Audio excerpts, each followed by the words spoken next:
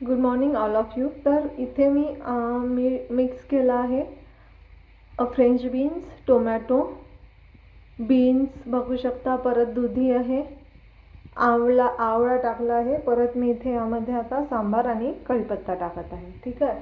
आणि याला मी हळद आणि मीठ टाकलं आहे. आणि मी इथे ॲक्च्युली फक्त करणार आहे, याला 2 कुकरच्या शिट्ट्या किंवा 3 कुकरच्या शिट्ट्या लावणार आहे. ठीक आहे. त्यानंतर मी याला बारीक करायचं आहे मिक्सरवर. त्यानंतर याला तूप, जिरा आणि तिखट याची फोडणी घालायची आहे. ठीक आहे. थँक्यू.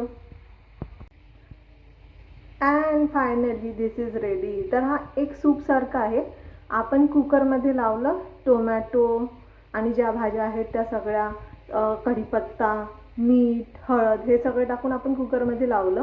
त्याच्यानंतर त्याला ब्लेंड केल्यानंतर ते एका बाउलमध्ये काढून ठेवलं साईडला. मग एका बाउलमध्ये आपण त्याच्यामध्ये तेल टाकलं आहे, थोडंसं जिरा, तिखट आणि तो पूर्ण पाणी, म्हणजे तो जो आपण ब्लाइंड केलेला आहे तो सगळं आपण पेस्ट इथे टाकलं. थोडासा पाणी टाकलं, गरम केलं 1-2 मिनटं आणि झालं.